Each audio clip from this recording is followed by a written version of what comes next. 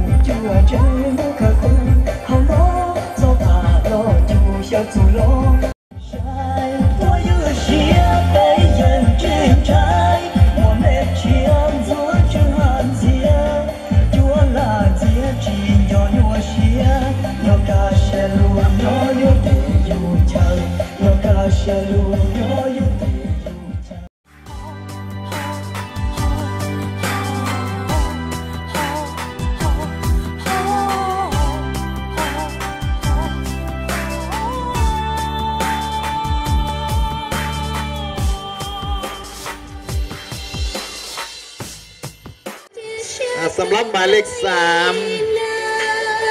นางสาวพาทิตฤทธิไตรภพนะครับเอาตัวหมายเลขเป้ยอมันยื้อแสงลีนะ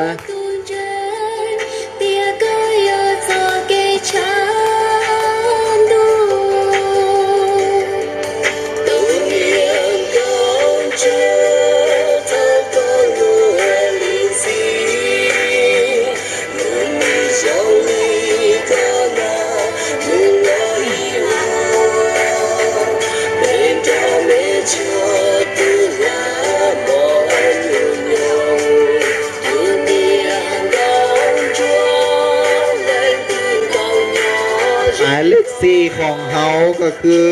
นางสาวพิตาดิทิไตรภพนะครับอาตูหมายเลขเปล่ายอมันเกิดสังลีนะพวงมาลัยนะครับท่านไหนชอบสาวงามเบอร์ใดก็เลือกซื้อพวงมาลัยมาคล้องให้กับสาวงามของเขาได้เลยนะครับลีสังลีนะ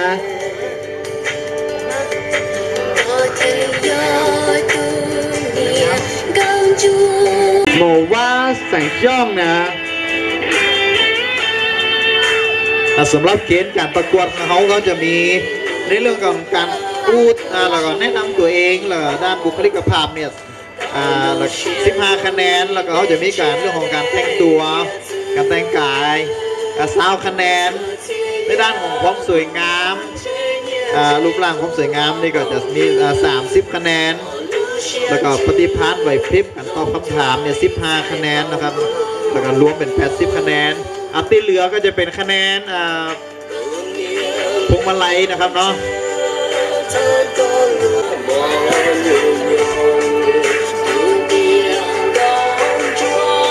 และกรรมการของเขาก็ได้รับเกียรติจาก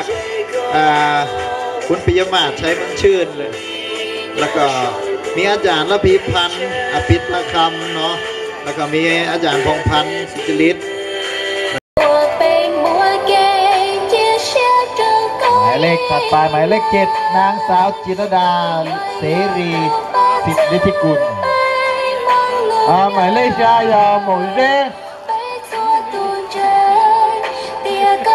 หมวยเร่แสงลีนะ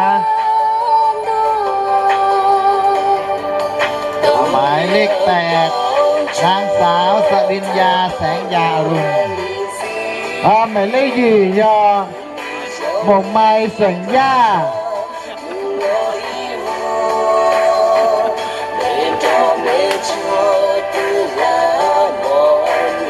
หมายเลขถัดไปนางสาวกัญญาวีเจ้าพัฒนาชัยกุลหมายเลขจั่วยอ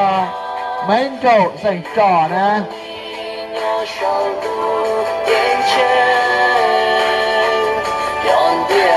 และหมายเลขสุดท้ายหมายเลข10นางสาวพวงเพชรฤทธิไกรภพตัวต่อก้าไปตัวเหนียงคนชั่วต่อก้าเคยหม่นชั่วเสงลี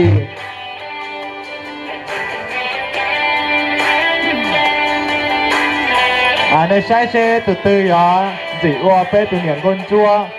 จงอดทั้งจีปัวจีเกียวชากราบเรียนคณะกรรมการและสวัสดีพ่อแม่พี่น้องทุกคนนะคะดิฉันชื่อนางสาวบรรณิตาฤทธิไกรภพค่ะตอนนี้กำลังศึกษาอยู่ชั้นมัธยมศึกษาปีที่4โรงเรียนเมืองปานวิทยาค่ะย้อนรองอีจงเหตุกุตินิ่งจ่าเฉดกุลุเบฮุงเดอเสียงดีสวัสดีค่ะดิฉันนางสาวปันธิตาสุวรรณวลัยตอนนี้กำลังศึกษาอยู่ชั้นม.4 ค่ะ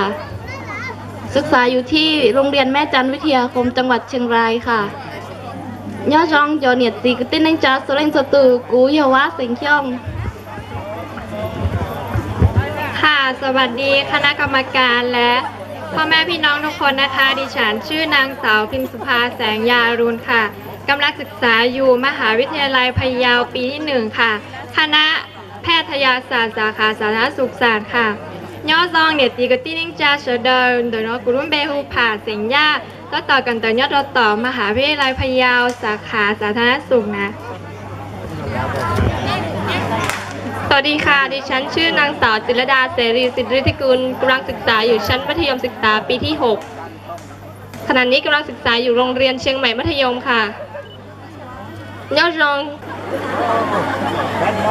กตินิจาเฉดนะกุลุ่มเบฮูเจเสียงลีต่อกันต่อจงใหม่ย่อหมอโตนะ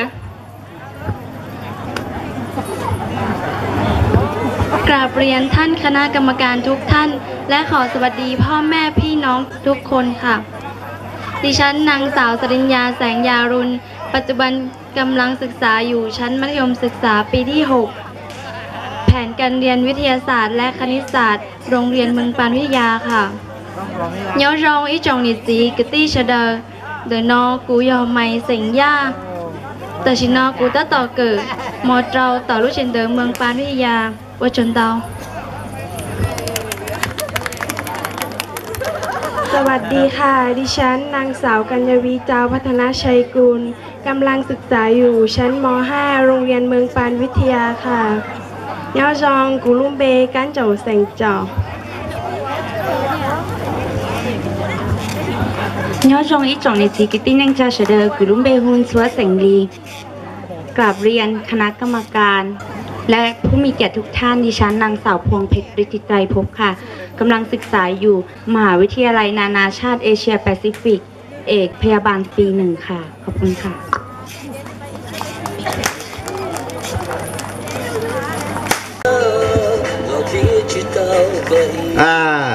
นางสาวกัญญาลัตน์หมายเลข1ของเฮาได้คำถามว่าทำไมท่านจึงสมัครเข้ารับการประกวดเทพธิดาดอยในวันนี้นะครับเนาะแล้วนูเดียก็สารจากอาจารย์นุ่นนอก็ล่ะเดตัวดอลเลยชื่อคางเหนียงกุนชั่วโฉลุสัตเทียนั่นนะหัวเนี่ยคนไหน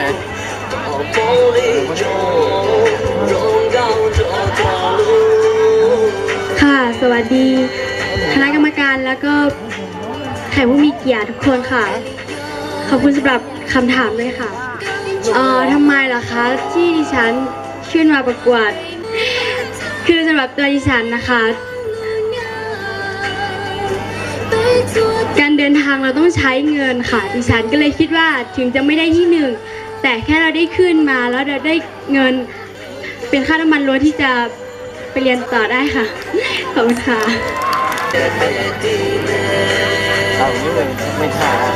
สำหรับหมายเลข 2ของเขานางสาวพิมพิกานะครับลีลาศิลธรรมก็ได้คำถามที่ว่าท่านมีความภาคภูมิใจในชนเผ่าของท่านอย่างไร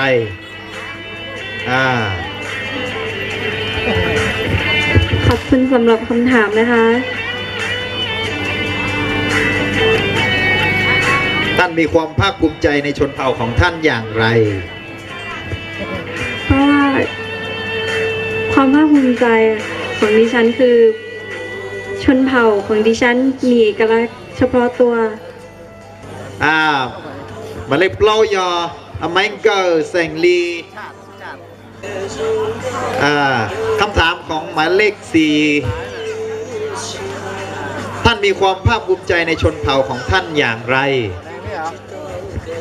ค่ะก็ขอบคุณสำหรับคำถามนะคะค่ะดิฉันภูมิใจในชนเผ่าของดิฉันที่มีเอกลักษณ์เฉพาะตัวของมันแล้วก็มีความสวยงามค่ะดิฉันภูมิใจในชุดของดิฉันค่ะเพราะว่าตกแต่งจากหลายสิ่งหลายอย่างและมีสีสันเฉพาะตัวของมันค่ะขอบคุณค่ะนี่คือเรื่องของชุดนะครับของชุดของชนเผ่ามงของเราคำถามของหมายเลข 5ท่านมีวิธีการอย่างไรที่จะร่วมอนุรักษ์วัฒนธรรมชนเผ่าของเราให้คงอยู่สืบต่อไปก็ยกบริจาก็อนุรักษ์ไปรีวัฒนธรรมเดี๋ยวไปมงก่อนย้อนเดย์มูหรือตอนเดย์ขอบคุณสำหรับคำถามนะคะสำหรับตัวดิฉันก็จะสอนให้เด็กๆรุ่นต่อไปให้เราอนุรักษ์วัฒนธรรมของเราไว้ค่ะเดี๋ยวเขียนเราจะยาวก็โฟล์เดี๋ยวไปมองน้ำมัวว่ากาเกลิจ่าไปมัวว่าทำลิจ่าเขาหน่อยอย่างหนึ่งเราลุเต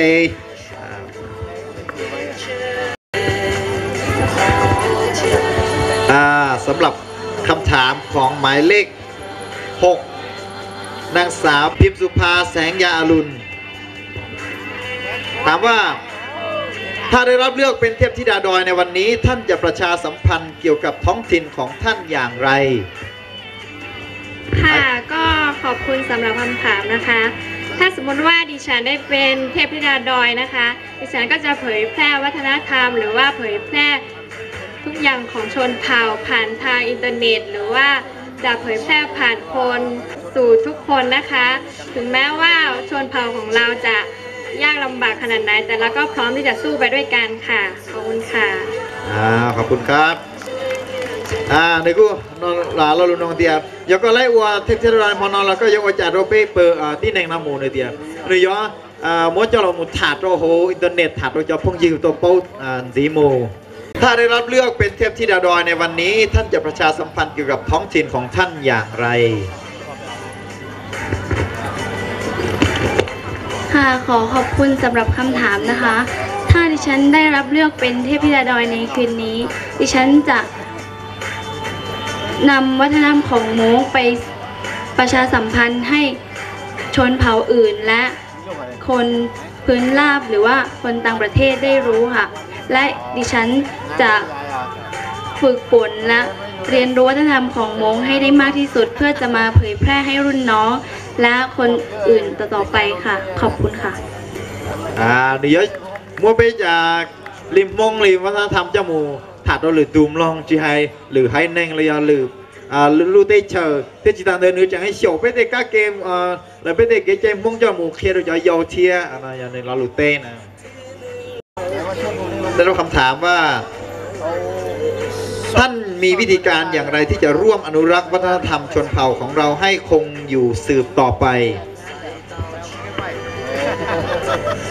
ขอบคุณสำหรับคำถามนะคะ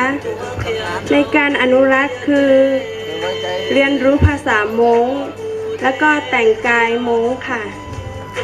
คุณค่ะเนื้ออนุรักษ์ไปเลยวัฒนธรรมมงลิจ่าก่อนสีหมูนมาเดี๋ยวเนื้อ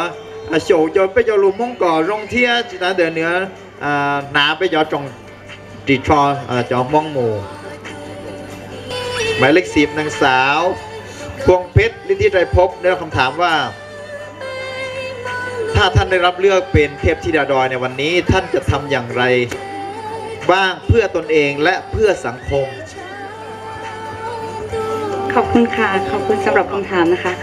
ค่ะสำหรับดิฉันนะคะก็เรียนมหาวิทยาลัยนานาชาติใช่ไหมคะถ้าดิฉันได้นะคะก็จะเอาไปเผยแพร่ให้กับเพื่อนๆที่อยู่ต่างชาตินะคะเพราะว่าที่นู่นเนี่ยก็จะมีประเพณีปีใหม่มงแบบนี้ที่นู่นด้วยดังนั้นจะเป็นการง่ายมากที่เราจะเข้าถึงคนต่างชาติแล้วก็เราจะเผยแพร่วัฒนธรรมของเรานะคะสำหรับตัวดิฉันถ้าดิฉันได้ตำแหน่งนี้นะคะดิฉันจะเอาไปบอกต่อน้องๆว่าการที่เราจะได้ตำแหน่งมาเนี่ยมันก็ไม่ง่ายแล้วก็มันไม่ยากเกินความสามารถของเราค่ะขอบคุณค่ะหมดส่วนลีเดียวหนึ่งไล่วัวที่เราดอยนี่ยหมูจะหมูถาดตรงนี่จะพงยืดเทียนี่ยหาโดยจะโยเตียอย่างนี้เมื่อโอกาสก่อนนี่เราประกวดนี่กูจียงหยี่เทียนี่กูจีโยดงเหลือเทีย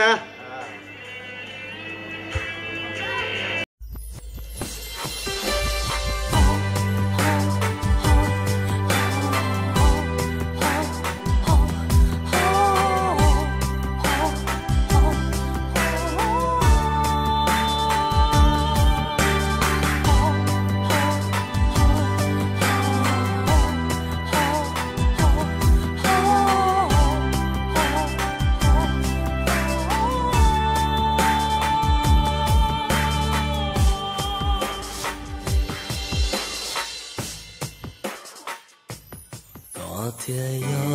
度年公主，我寂寞来自我老彼得，所给中高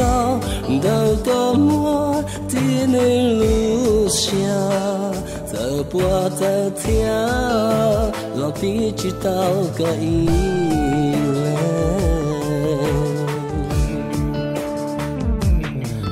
这里有多梦赛道前，有梦路公北，多开照能别得，còn cho mù đê khia mong lu công bê rong có mong li trong rong gao cho to lu đê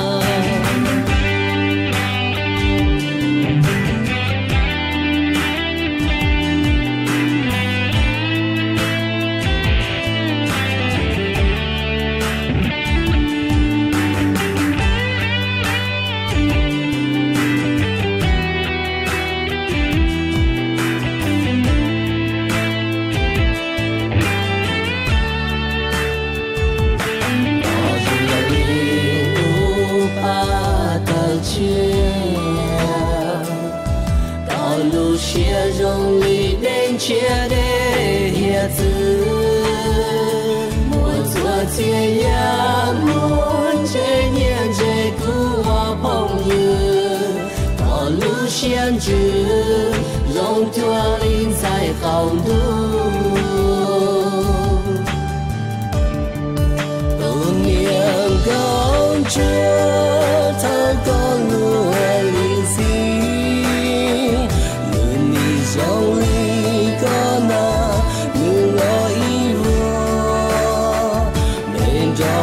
cho tư là mọi nhung nhung tu niệm đón chúa lên từ tàu nhỏ dây có dây rong ly nhỏ sau bu tiếng trên yon địa tê tin em khó theo tia xa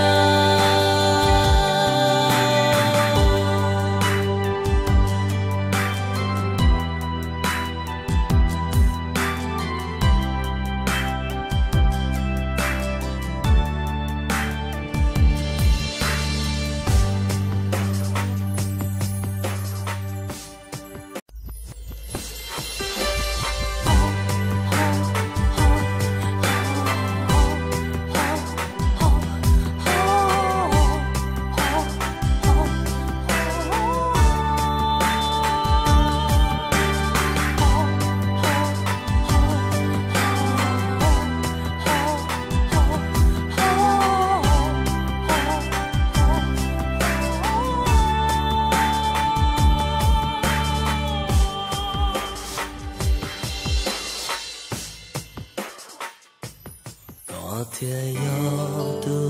niệm gom chúa 我只摸来自我老彼得，做个忠告的个莫的内路下，这波的天，老彼知道个意嘞。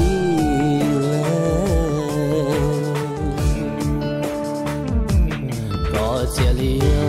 多梦赛道前，有梦路公北，多看照能别的，讲着目的下梦路公北容，到梦里中容高着多路的。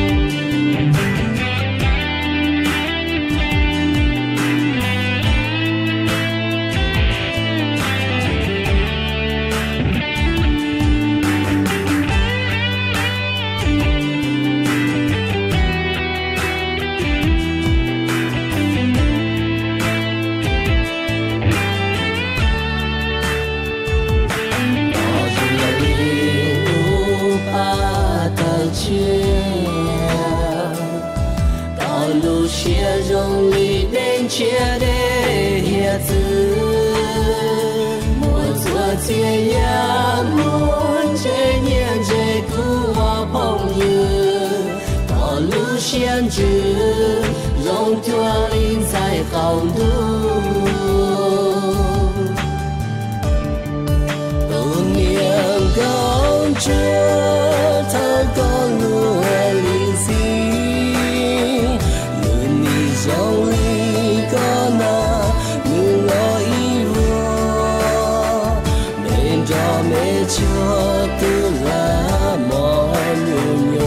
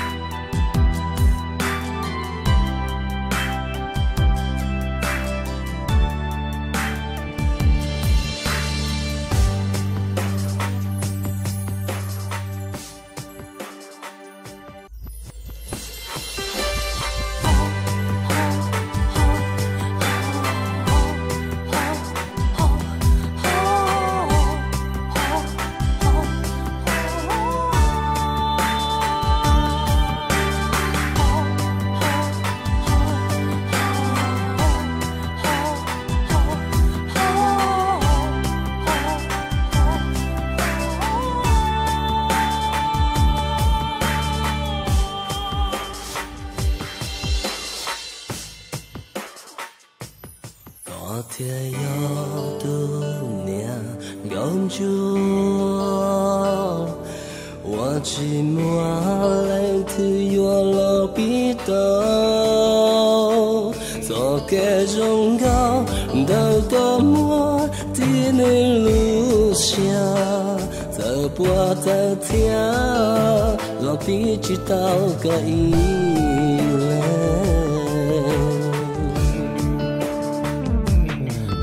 这里有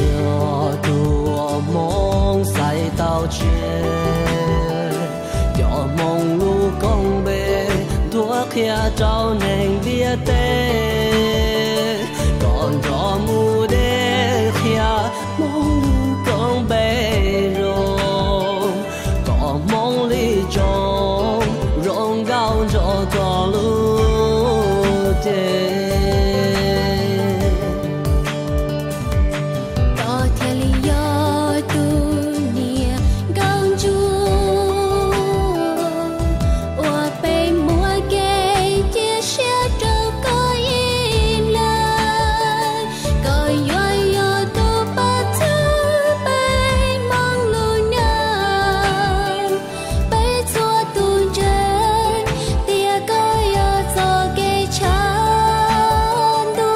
เขาจะมอบรางวัลให้กับสาวงามของเขามีทางคณะกรรมการหมู่บ้านของเขามีรางวัลปลอบใจให้กับทุกคนเลยนะครับน้องวันเด้นะไปจะมั่วรางวัลที่อีที่อที่เป็นนะการได้จัดลาเบอร์5นางสาวปันธิตาสุวรรณวลัยออกมาตั้งหน้ากันนะครับตัวที่ยอมหมายเลขโจ้นะหมกผ่าแสงย่าก่อนเล่าเป็นได้นะคือหมายเลข6นางสาวพิมพ์สุภาแสงย่าอรุณระวัง2คนนี้คนใดคนหนึ่งจะต้องเป็นเทพธิดาดอยของเราในค่ำคืนนี้นะครับน้องตูน้องมาจะให้จุ๋มไว้ตูว่าอย่าว่าไปตูเหนียงคนชั่วจงทั้งจีกัวที่จุจานตูอย่าให้เบ้น้องมาเที่ยงเบอร์นอมาไปอย่าไปตูเหนียงคนชั่วจงทั้งจีกัวที่จุจานนะคนที่จะประกาศชื่อครับก็จะเป็นเทพธิดาดอยในค่ำคืนนี้ของเขานะครับส่วนคนที่ไม่ได้ประกาศชื่อก็จะเป็นร้องนะครับตุนเหลียงก้นชั่วจงนอยอหมายเลข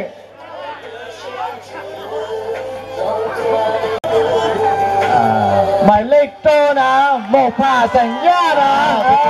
คืนนี้คือหมายเลข6นะครับเพราะฉะนั้นก็จะแสดงว่าหมายเลข5ก็จะเป็นร้องอันดับ1นะครับจังนอหมกผ่าแสงย่านึกุตวันแสงคนชั่วเราจบไปรู้สัตว์เทียนเรารู้จงทั้งจีปัวจีโจชานนะขอกราบเรียนเชิญท่านปลัดอาวุโสปลัดพนมพรตุยกาขึ้นมามอบรางวัลครับผู้ได้รับร้องอันดับ1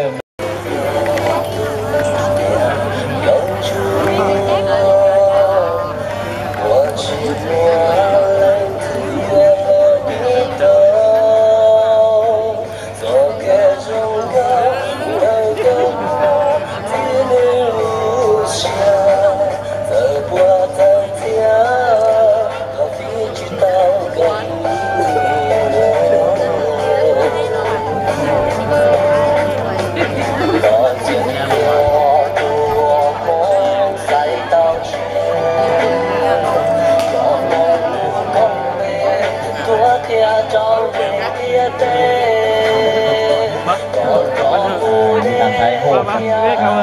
น้อยก่อนนะครับตัวม้วนรางวัลของปีนายอเปตูวันหนึ่งคนชั่ววันไรที่ตัวจงนอนนายอหมูว่าแสงจ้องขอบคุณท่านปลัดนะครับที่ให้เกียรติมามอบรางวัลให้กับร้องอันดับ1ของเขานะครับเนาะคือนางสาวพิมพ์สุภาแสงยาลุนก็คือเทพธิดาดอยประจำปี 2557 ของบ้านใหม่พัฒนาของเขานะครับไปตุนไทยคนชั่วจงนอยยอมหมกผ่าแสงย่านะหมกผ่าแสงย่าหนึ่งนอนหนึ่งกูจะตอบเกินเตอร์นะจงนอนหมกผ่ากูโต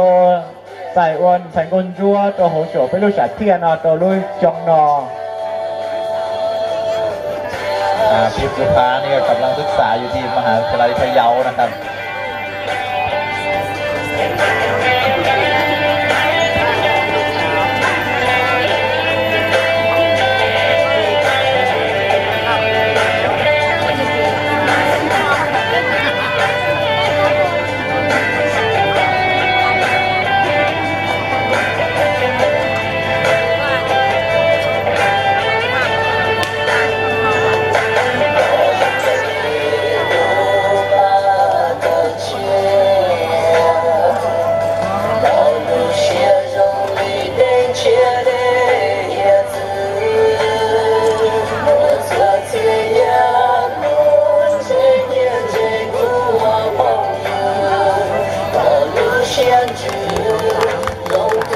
ก็ขอบคุณท่านสจ.บุญเลิศแสงเทพนะครับที่เกียรติมามอบรางวัลนะครับเทียบชมของชมนาคชมความงามของเจ็บศิลาดอยแล้วก็ร้องอันดับ1แล้วก็ร้องอันดับ2แล้วก็ขวัญใจมหาชนของเขาในค่ำคืนนี้นะครับเดี๋ยวนะเป้ตื่นเชิญเป็นได้ถ่ายรูปกันเชิญเลยนะครับเวลานี้เขาถึงเวลาสักประมาณ2 นาทีในการถ่ายรูปเนาะเป้từ bên đây nào cô giờ ป้từ niệm con chúa và nhá rồi ป้nó sạch thiên tôi trong nó giờ nó từ sáng là đầu đua cô làm đầu đua khởi chia tàu nè bây giờ phút chiều đầu đua on thì dính đỡ mù bây giờ chơi sẽ đỡ cái mù